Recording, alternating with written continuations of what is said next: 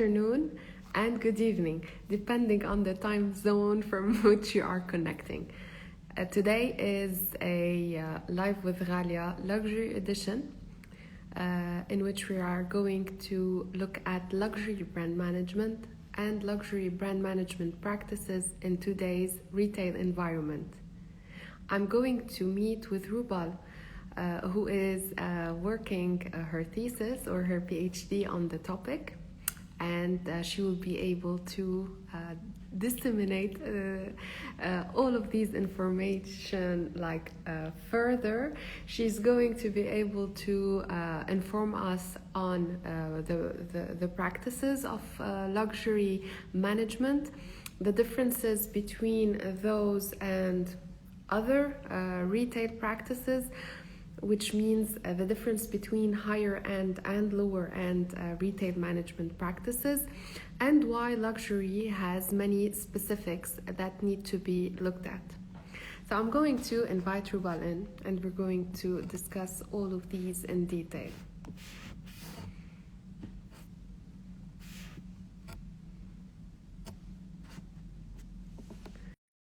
So Rubal is joining me from Delhi today. And it's 2 p.m. to 2:20 in Paris, and it is 6:30 in Delhi. Okay, Rubal, I'll resend the invitation, and you just have to accept it. And I think we are on. Hi. Hi again. How are you? I'm fine. Since this morning, I'm perfect.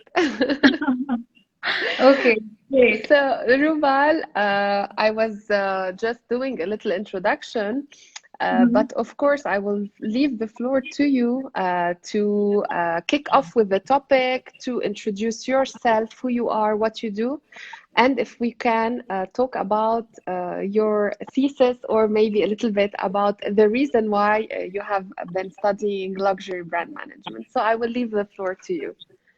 Okay, thank you so much, and hello everyone who has joined us for this live today. So I started my PhD journey like 16 months back, to be precise, and I was very intrigued by the whole idea of luxury. You know, since my graduation, I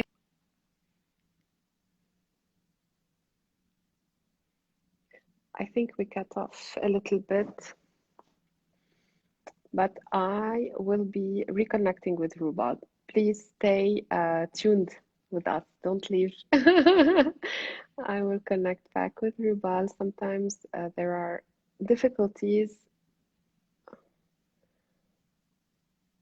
with the online Hi. chat. So I don't Well, know. it's okay. It's okay. I think we've got. So I'm going to have to ask you to start again if possible. Yeah, sure. So like I was saying that I started my PhD journey 16 months back, and I have been, really intrigued by this whole concept of luxury, the whole luxury brand universe, but I could not study it formally, as a course. So when I got a chance to do a PhD, and then finally I call it, I woke up enlightened that I want to pursue my thesis in this area, since obviously I had interest. Plus, of course, there's another reason that the whole concept of luxury is very nascent, at a very nascent stage in India. Since we have recently become rich and people now are aspiring to buy luxury, so there's a lot of green field in terms of research also here in India. So I think that's how I kicked it off. And then today, when I think about it, I mean, this whole a year and a half almost has been quite interesting for me, because I got to read a lot in terms of, research articles and then opinion articles. And this kind of, I have developed, I think, that whole mindset of, how these brands think and what goes on in their head when they communicate their strategies, or what goes behind making a product. Why is it so expensive? So earlier I had this question, so why is this bag so premium priced, but now when I kind of learned about it, I think it all of it makes a lot of sense. Right. So just if we stay a little bit focused on your area of research, you're going to be focusing on the luxury market in India or the adoption of luxury in the Indian market, right?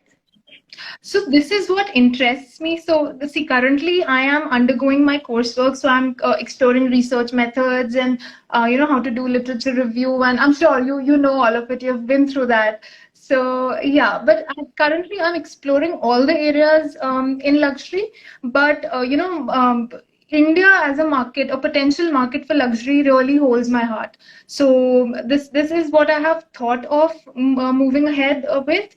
But I think there are a lot of other things, small things that kind of interests me, like sustainability, the whole concept of sustainable luxury and the new business models that are coming in, right? Like sharing and rentals. So this we won't be talking about all of it like what Yes, a year, yes. 2 years back.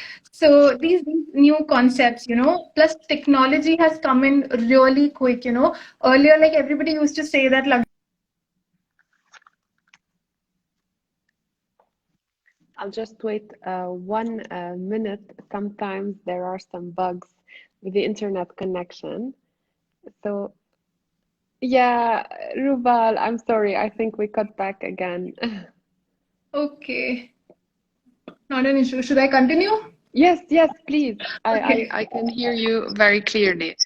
So, Okay. Rubal, we were saying that today there is an interest in many topics related to luxury, like sustainability and the new technologies and internet or digitalization of the retail scene, which are also new prospects for luxury brand and luxury brand development in India, right?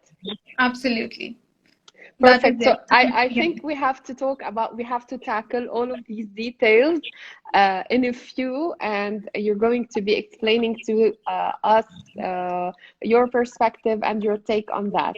But first, let's start with the general aspect of the topic by drawing attention or highlighting the importance of luxury management and why is it so different from other retail levels.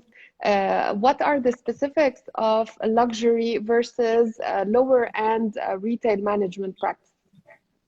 Okay. So, see, in order to be able to understand luxury brand management or the luxury industry per se, you first have to understand and assimilate what luxury really means.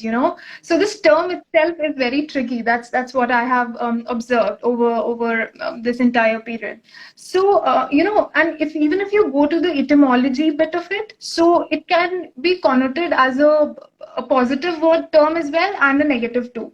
So, and there's a constant paradox. So, suppose something like a pandemic happens, or in 2008 when we had a financial crisis. So people did not focus very much on, the lavish lifestyle, and there were more important things to do in the world, right?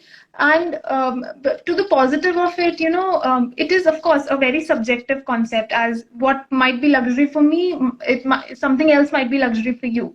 So I think brands need to kind of focus on what constitutes luxury for different people, and so okay, so there are based on my readings, I'm coming from academics, and I will talk a lot from academic literature. So there is no consensus on how you define luxury. So a lot of researchers, they have associated a lot of attributes like supreme quality or premium priced, and it gives a lot of value. So somebody or the other keeps adding a lot of attributes to luxury.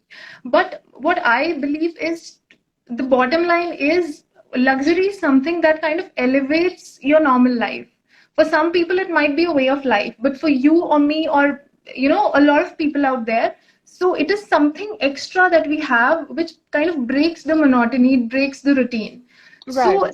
these brands, I think, need to appreciate this whole concept and deliver the experiences. That's what I And so the important takeaway message here would be that luxury is a matter of perception, and that brands need to identify how customers perceive their brand or their luxury brand and communicate it to them as such, right? absolutely, absolutely. Yeah. And this is very interesting, as you have said it, interesting in a way and dangerous in a way, because today the perception of luxury is very different. Therefore, managing luxury brands at all of these different levels might also be causing brand managers a lot of trouble into deciding on how they want to portray their brands and how they want consumers to perceive their brands, right? Of course. And it is even more challenging because the whole set of consumers for luxury in the world today has changed. So earlier, I think luxury brands just had to cater to people with deep pockets. But today, as millennials and Gen Z are increasing in number, so I think I read a stat somewhere that by 2030, 50% of the world's luxury consumers will be Gen Z. So, and we are a very weird set of people. We might love a brand this minute and the brand does something wrong which doesn't resonate with us, and we might end up hating it. So this is a real challenge for these brands, and Right. especially in this digital age when everything is out there. So, yeah. Thank you. So if we come to draw the line between what luxury should be doing and what other retail brands at lower levels, I mean, even with premium and high street brands, we are also looking at difficulties related to managing these types of brands. So today, if we take this as a starting point, what is differentiating luxury management practices than the other management practices? If the luxury brand manager is faced with consumers who are technologically savvy, who are accessing the online platforms, who are willing to buy online, to spend online, etc., how can the luxury preserve its luster and its luxury feel whilst addressing to these customers in these contexts? Okay. So to answer to you, I think the premise here is that brands do understand this. And I mean, just to appreciate the fact here that luxury is never about functional value, and it is never about the performance of the product. So it has always been about a sense of symbolism, it evokes emotions in you. So that ways, I think brands have been doing a lot, as compared to mass brands or even premium brands. But I think the sad part here is that in a lot of developing countries, even if you see India or China, for example, so a lot of premium brands, they are positioning themselves as luxury brands. So anything that is supremely priced, people call it luxury. So they don't go into the whole idea of brand heritage, brand DNA, and what goes into making a luxury brand. But if it's just premium priced, you call it luxury. But this is Right. not the way how it should be, right? And True. yeah, and for luxury, so like I said about functional values, so if you see a Picasso painting, so it's not just a painting for you, right? It's Picasso. Or if you see an Hermes Birkin or Kelly bag, so it's not just a bag, it's a Birkin bag, right? So that symbolic value has to be inculcated in especially the newer set of consumers who are coming in. So I think this is very important for brand managers to look at the moment, looking at the global market, and especially when you're entering into a new territory. For example, the European brands are coming to Asia, or even the US based brands are coming to Asia, or they are moving to Middle East. So this is something that the positioning has to be in such a way that consumers know where is this brand coming from, and why do I have to pay a lot for this. So this is something I just wanted to share. In a previous live, we've talked a little bit about the Indian Unified market. commerce, I think. Yes, I yesterday attended we. your live yesterday. Yeah, thank you. I saw. I saw that you did. Yeah. Maybe a month earlier, we addressed the issue about the Indian market and the Indian luxury market. So today there is a discrepancy in what we have learned as consumers or understood as a luxury brand when we saw that these types of brands existed in countries, opening those beautiful boutiques and displaying their beautiful merchandise, and of course selling it at high prices. At the same time, in countries such as India, for example, we have a lot of savoir-faire or main d'oeuvre, meaning like the know-how and the quality of work producing exceptional pieces that are deemed to be named like luxury pieces. However, and again, from your opinion, how do you think that these brands are challenged today to develop an entity that could be called a brand to exist and compete with other European or North American entrants on the market? Okay. So I think the challenge here in India is that people haven't accepted luxury as a way of life, you know? So we have big fat Indian weddings, which we are world famous for, and people generally buy luxury products only during that time of the year, right?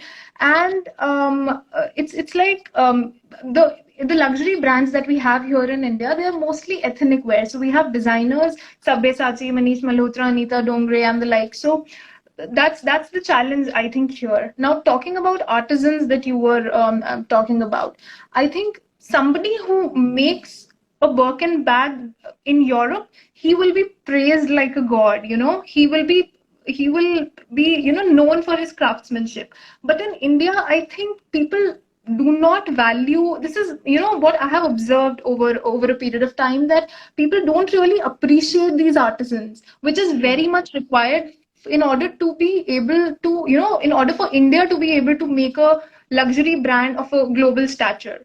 So to Right. be compare, a brand, or, take it forward globally, it is very important for us to worship the art and the artist. Right, which is a really, really important point to highlight today, and to see how the market is going to attend to this issue, to put into effect some practices that are going to help all of these artisans come forward with their beautiful work, and to be able to display it, and for customers, or even to start with the Indian market or local consumers to appreciate that and to consider it at the same level of other luxury brands or perceived luxury brands, right? Absolutely. So if So LVMH is coming to India, or Kering is bringing their portfolio to India, why not an Indian brand can go to a global level? I mean, I don't see a challenge. It's just that we don't know how to market ourselves. Like mm, Sabyasachi has started to go global gradually, but again, it's an ethnic wear brand. So, we don't have any athleisure brand. We do a lot of collaborations, but a pure, truly Indian luxury brand at a global level, I mean, I would love to see that soon. yeah, yeah. And it's really important also to think about it. Now that you have raised the issue, what comes onto my mind is that most of the luxury brands that we see today have like washed identities. They have the same ways of delivering the product, the same product lines, etc. It would also be interesting to see new brands manifesting in their own ways, reflecting either a culture or ethnic side, and still be adopted on a global level by different consumers. It's really interesting to think Absolutely. about it. Absolutely. It is. Right. So today, retail and the retail environment, I think, is in a shaky position. Of course, talking about the pandemic earlier is worth also mentioning in the case of luxury brands. I mean, they were greatly affected during the pandemic, as their stores, where all of the sales used to happen, were closed or shut for almost a year. But what are the other challenges that luxury brands are facing today? Okay. So I can think of challenges at multiple levels. One that you mentioned about the pandemic. So it has kind of completely transformed the way people look at luxury. So for them, earlier it was about the finer things in life and the best things in life, but now I think minimalism has become a new luxury. So for brands to be able to understand and appreciate what luxury means for consumers now post pandemic, when we've become more aware, we are more cautious. So I think for brands to be able to appreciate that, that's one thing. Then I think the second biggest challenge, like I talked about earlier, was the new consumers. So we are, a very, I mean, want more experiences rather than being product oriented. We need more experiential purchases. So I would love to go into a luxury store even if I don't end up buying anything, but the whole experience of that store, I will be treated with like in Paris probably, you will be treated with a glass of champagne, and then you will be shown around and you will know about the product in detail. You will know how the product is coming from, so it's about that. I think it has become more experiential. Plus, this new generation, I think, is well educated, well traveled, so you cannot fool them around. And once you go to a luxury store, you would ask so many questions to the sales associate, about and see, these consumers are, of course, they have an inclination towards sustainability. They know, they know the entire journey of the product. Of course, everything is available in the digital media. And if they think that the salesperson is not able to convince them, so they leave, and they might probably never come back to that brand. So it is important for brands to, communicate that value. So everybody from the doorman of your store to the CEO, all should be on the same page to in communicating the brand value, basically. So the new set of consumers, I think, is very challenging. Then the third thing, I think, is innovation. So a lot of brands say that they are innovating, but that's not really what innovation is, right? They might make a few tweaks in the products, but that not really is innovation. So, and consumers, I think, don't really care about how you're innovating. They just want the best experience they can ever have.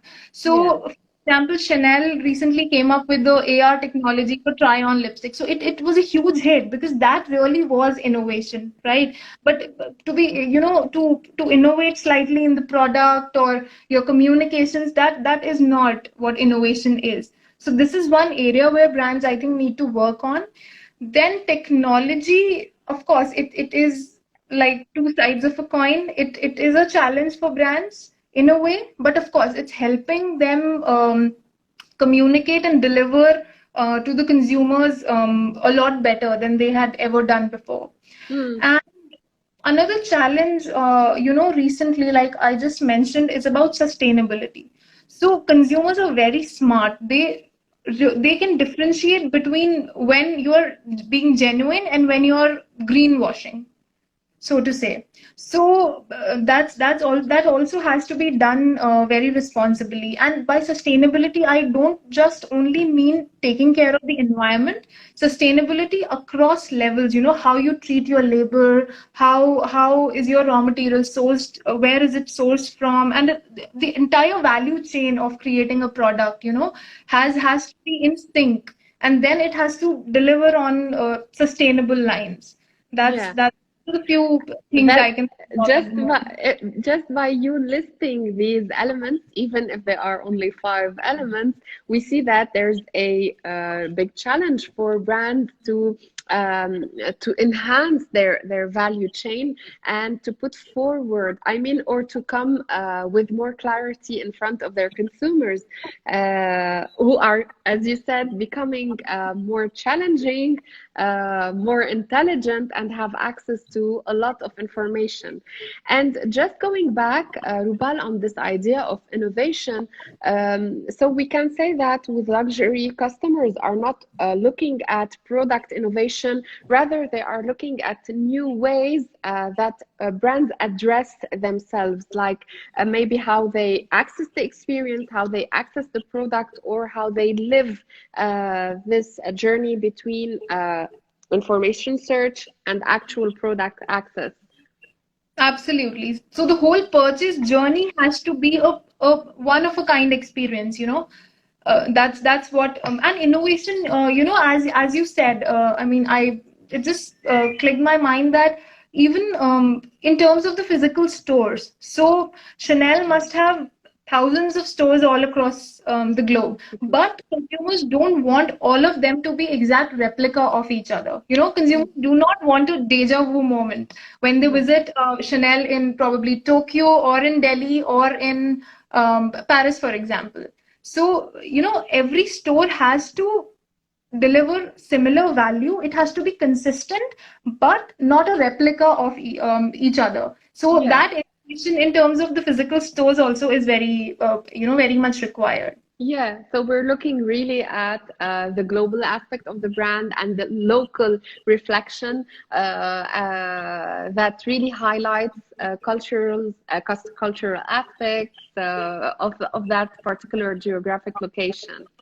True, true. And as you said, so another this can be a challenge, and this has been a challenge. Like recently, you must have read about Burberry facing backlash in China. So brands need to appreciate individual cultures. And if you see India, India is not just a country, it is a continent in itself. So we have a lot of subcultures here. And if you compare north to south, the northern part of India is very, you know, flamboyant and very loud, even in terms of weddings, if you see. So the idea of luxury in India is just, you know, confined to weddings as of now.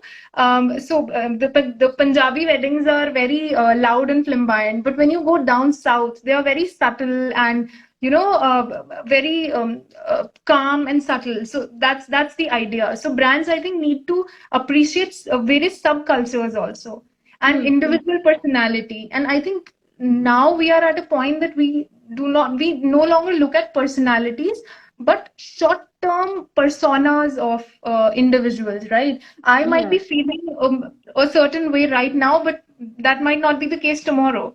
So this is really challenging for brands to, through their communication, you know, to be able to cope up with the consumers' mindset and persona.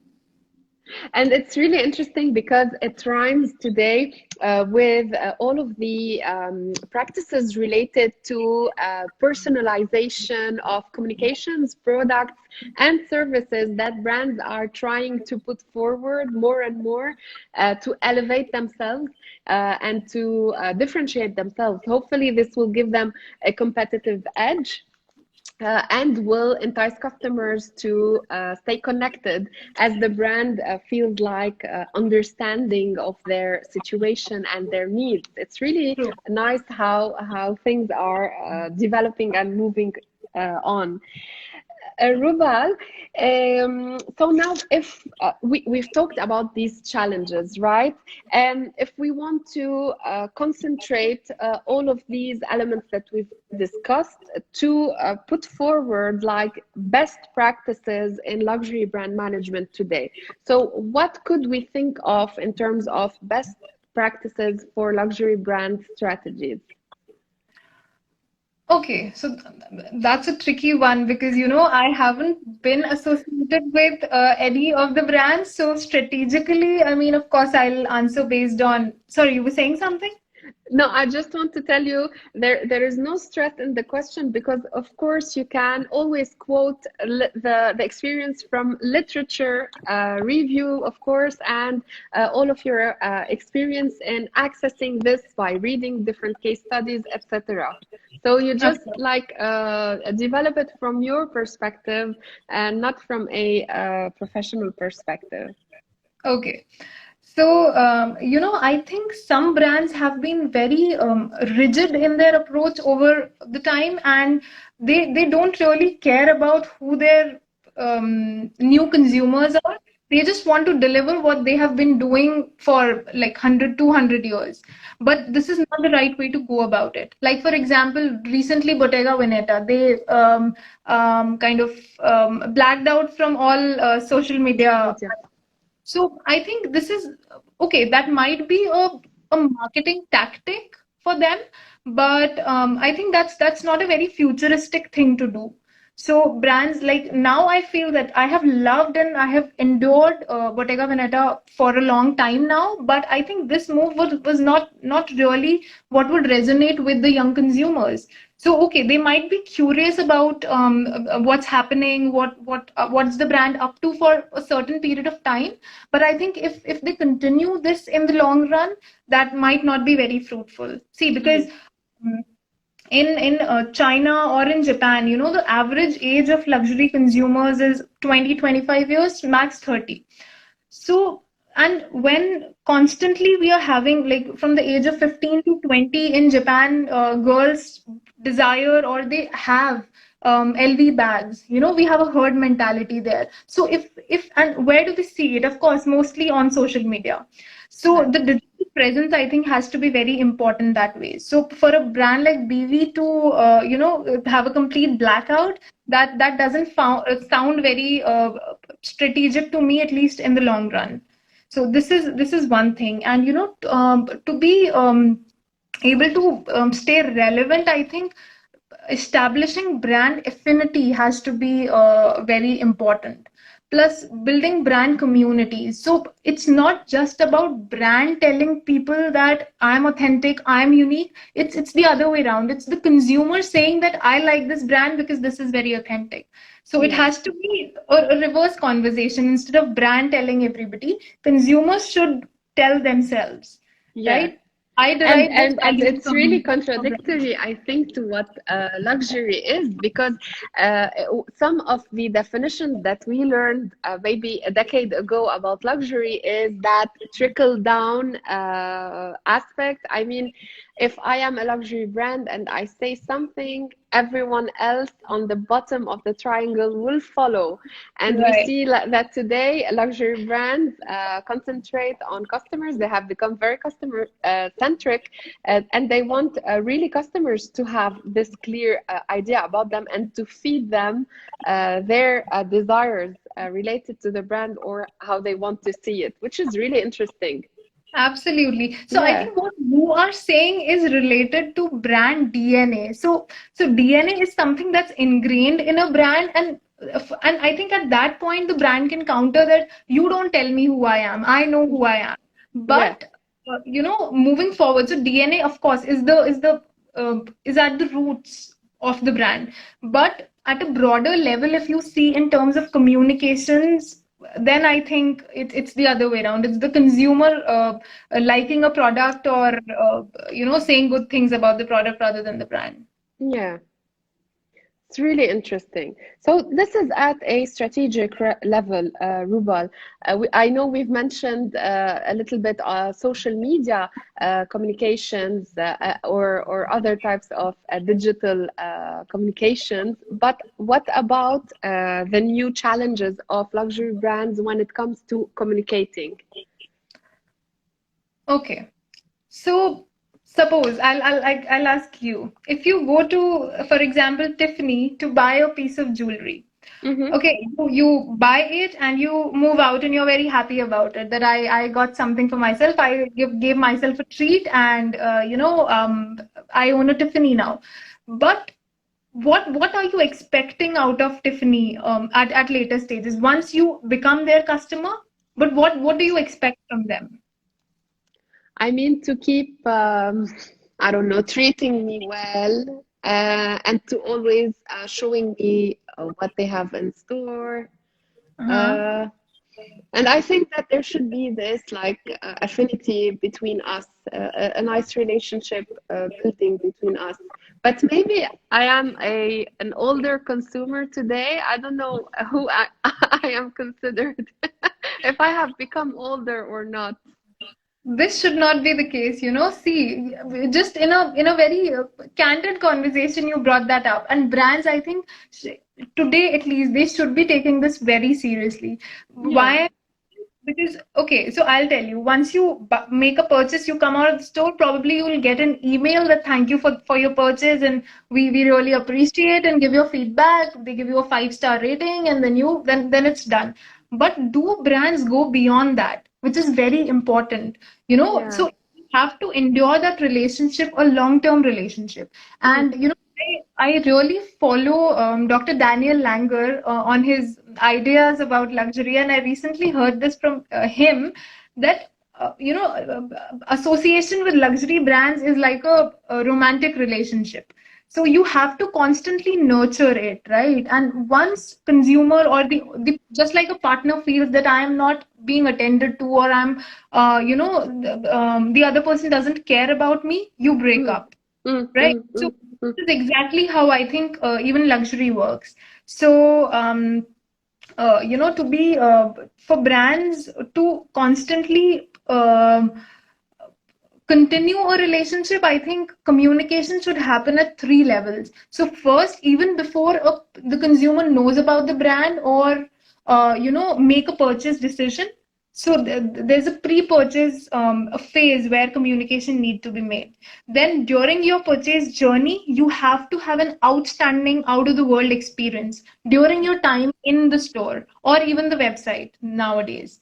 And one and that is very important, is the post purchase stage, wherein you have a very personalized communication going on with the brand. No matter, you might not even purchase from them for a second time, but brand has to be very positive about it, and they have to kind of continue the dialogue. That's what I Right, think. right.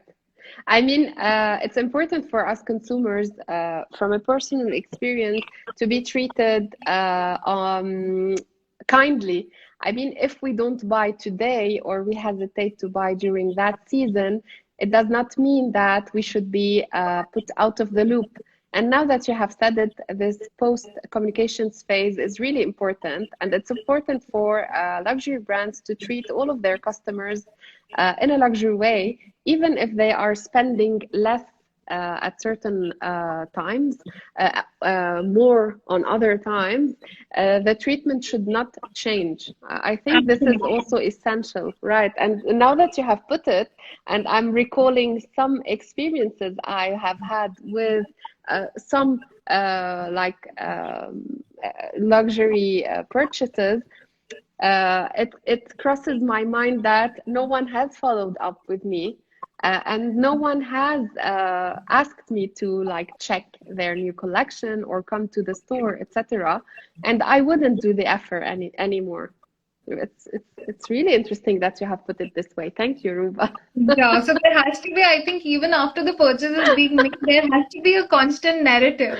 Yes. Going forward, yeah. Yeah, it's really good. Thank you.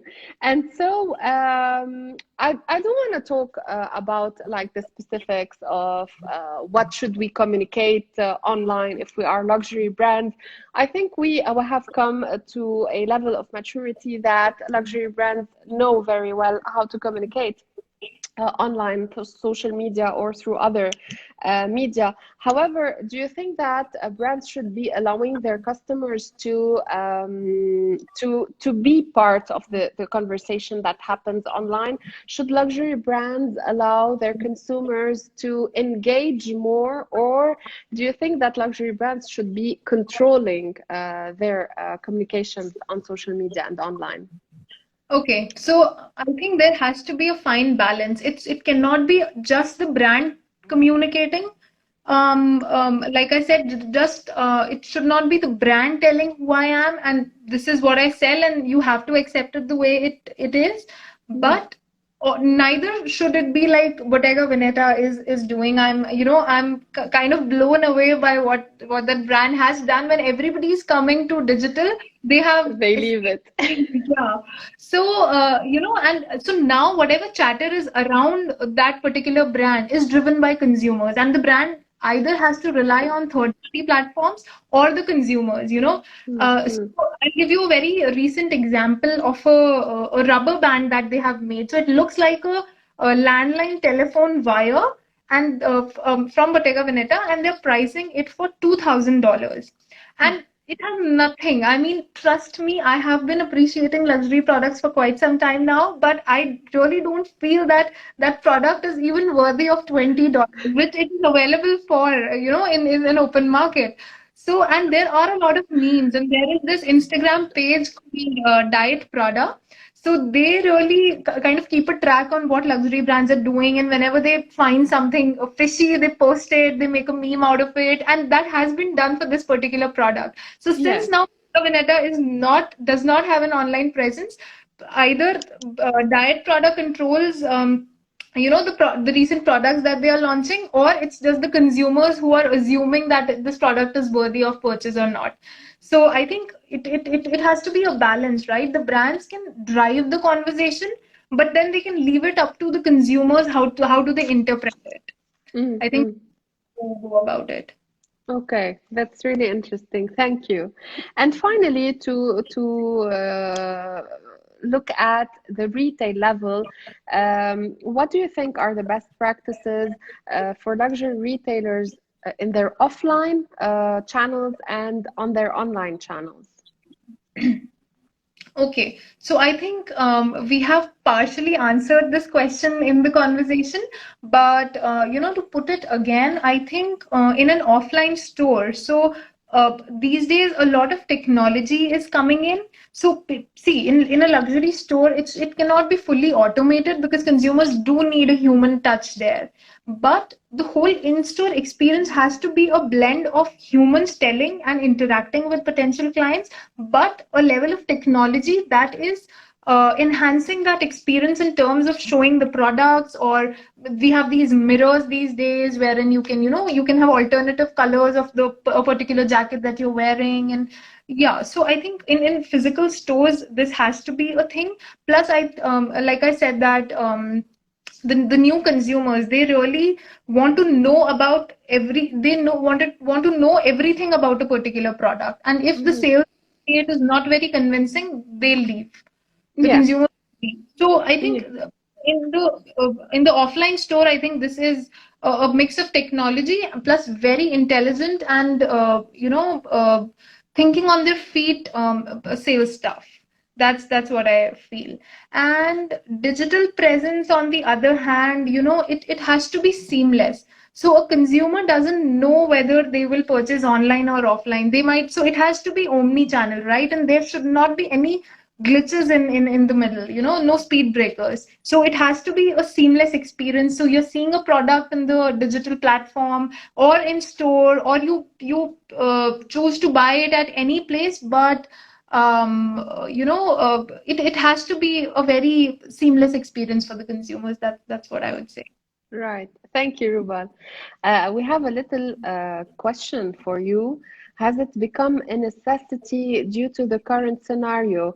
If you can specify to us, what do you mean by current scenario? Is it like the prevailing market situation we're talking Or about? the pandemic, and what has it become? So what is it here?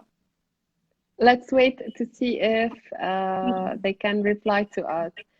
Um, and it's really interesting also to talk about this new aspect that has risen during the pandemic, which relate to social selling, right? I mean, having an assistant who can virtually take you on tour in the retail store to show you products, explain to you about them, and maybe could add on to reassuring you about an item that you wanted to buy online, right?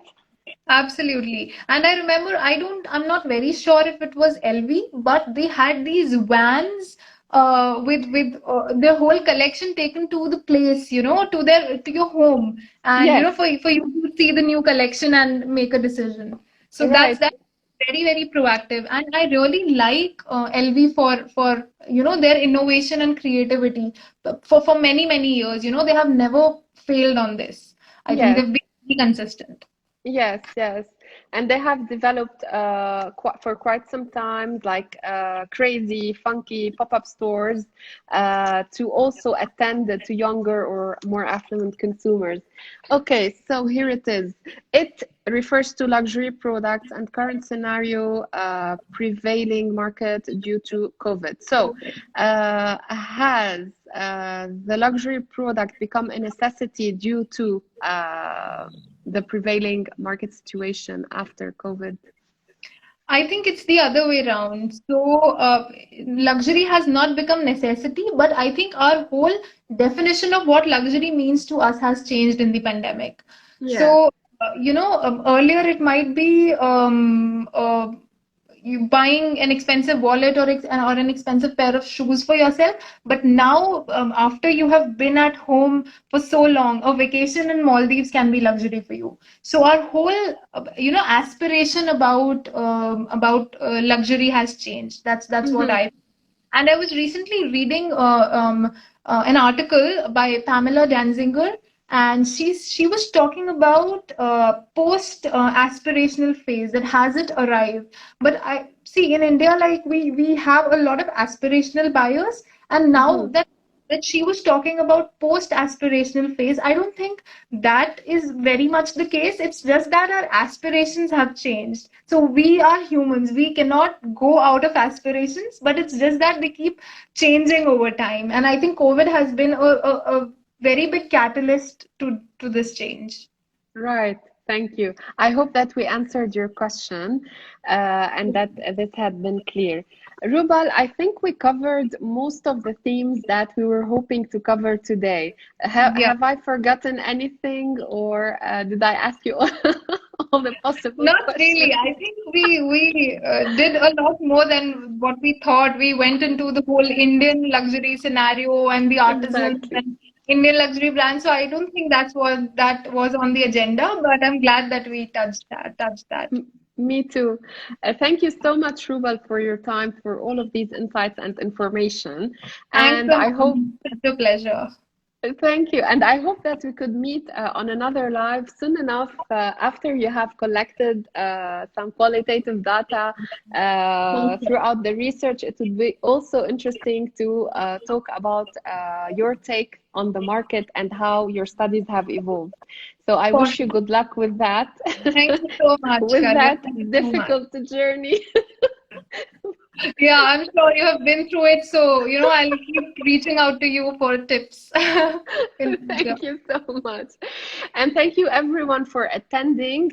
All of those who attended a bit later, I will be posting this live on IGTV and right after on YouTube. And please don't hesitate to get back to us, to me or to Rubal on our pages for more information or questions. Thank you all for attending, and thank you so much, Rubal, for your time.